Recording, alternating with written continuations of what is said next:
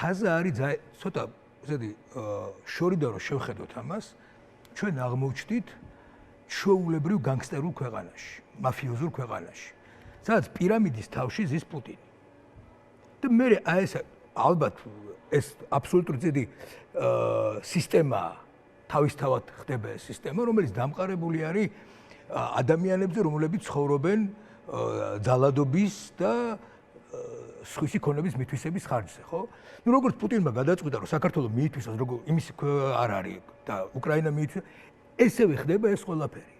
რა თქმა უნდა, ცალსახად არის რა, რომ ესეთი ჟანრის კლასიკა არა, რომ მაფიას ვერასოდეს ვერ იტანს მოაზროვნე ადამიანებს, წესიერ პატიოსთან მოაზროვნე ადამიანებს. და აქვს თავისი კანონები. დღეს იმისთვის თუ თეთრი არის მწვანე, ხვალ შეიძლება თეთრი იყოს ლურჯი და ასე შემდეგ, იმიტომ რომ იმ წუთას როგორც აწყობს. მე ეს ყველაფერი რაც ახლა ხდება აქ იმ აგერ ნიგომ თქვა რომ არ მაინტერესებს, იმიტომ რომ ეს არის იმათი დადგმული შოუ ერთმანეთში, ესეთი მოდი სიტყვას ვიხმარებ. კი, მაგრამ რაღაცაზე მეტყველებს თუ არა. თუნდაც აი რეჟიმის არ ვიცი, თუნდაც რეჟიმი რა მდგომარეობაშია, როცა ერთმანეთს ჭამენ უკვე და ერთმანეთს ეს ამ კუთხით არის თორე ეხა თვითონული მოქალაქის ცხოვრება რო არ იცვლება, გასაგებია ეხა ღარიბაშვილი დაიჭერენ, არ დაიჭერენ. აი ღარიბაშვილი დემის ამბავი რაღაც კაცრავად ბესროვე მეორე ხარი მეათე ხარისხოვანი რადოს ეს არის ქვეყანა.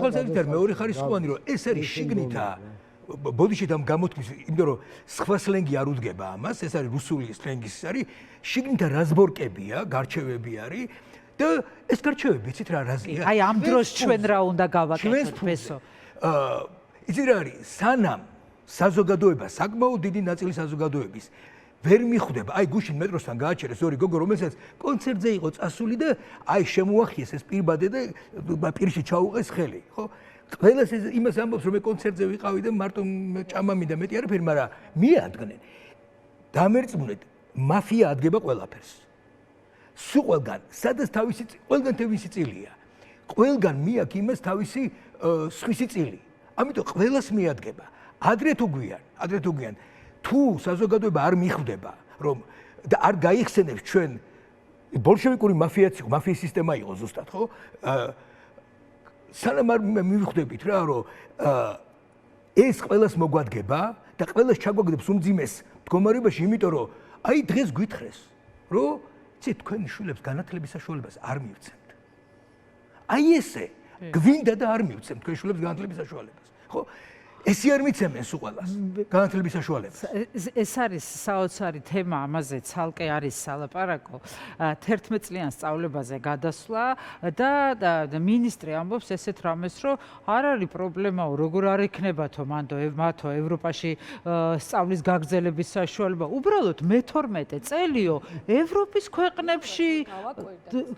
ქვეყნებში ისწავლონო, ანუ თვითონ რო აქვთ ამის შესაძლებლობა, გონიათ რომ აი ში მცხოვრებს, არ ვიცი, თუნდაც თბილისში მცხოვრებ ადამიანებს აქვთ ამ, იმიტომ რომ თვითონ ხო რაღაცა მართლა შეჭამეს ეს ქვეყანა ამ კორუფციით. მე არ მინდა თემას გადაუხვიოთ, ნათია. უკავშირდება რეალურად ეს 16 ოქტომბრის განცხადება რეალურად ჩემთვის მე ესეთ შეფასებას ვაძლევ. ქონდა გაცილებით უფრო მძიმე განცხადება იყო ეს პრეზენტაცია, ვიზრე 28 ნოემბრის განცხადება ევროკავშირთან თქოთ ასოცირება თითქოს არ შევაჩერეთო, მოლაპარაკების არ შეწყვეტაზე მოკლედ რა. და ამის შემდეგ იწყება, სწორედ, ღარიბაშვილის თემაც უნდა გავავიწყდება და ამის შემდეგ იწყება კიდე ესენი ხო ესე მართავენ ამ ქვეყანას ბევრი შოკებით. შენ აღარ უნდა გეცალოს ფიქრისთვის, იმისთვის რომ გითხრეს რომ მე გადავწყვეტ სად ისწავლი, რას ისწავლი, ვინ გასწავლის, როგორ გასწავლის და რანაირად გასწავლის. და ნინო წილოსანი გადაწყვეტს, სად გავაპროტესტებთ და ის რეალურად ეს იყო ყველაზე მეტად მაგის შეეშინდათ, რომ აქ მიხვდება ეხა ხალხი, რომ შვილებს ეხება საქმე და ამიტომ ყველაფერი გააკეთეს. აი ეს დღეებია 16 ოქტომბრის შემდეგ ვერავინ მოვლენებს ვეღარ ეწევა. იმიტომ რომ ეს ვერ მიხვდეთ რა დაგვემართ. ბესოს დავასრულებინოთ. ეს იყო ჩემთვის დასტური აი ამ სისტემის, აი ამ მაფიოზური სისტემის. აი ესე უცებ მოულოდნელად მიზნობრივად აკავებდნენ ადამიანებს. და აი დავუშვათ დღეს ჩემი მეგობარი არჩილ გიორგობიანი დააკავეს კომპოზიტორი, რომელსაც მიუსაჯეს. და ბექა ქურხული ცოტა ხნის რომელსაც მიუსაჯეს. მე მას რა დღე არჩილს არ ვიცი მგონი. რაღაცა პატარ-პატარა პიროვნული ისინიც, რა ქვია, შურისძიებებიც. აუ, მეგი ერთი ეს დაიჭირე რა ყურს არის. ეგეც არის კი, ეგეც. ყური ავახიოთ რა. ეს იმიტომ რომ ეს არის სისტემა, რომელიც დამოკიდებული არა კანონზე, არამედ ვიღაცა პიროვნებების ურთიერთობებზე და აი ამ კანონიც არის.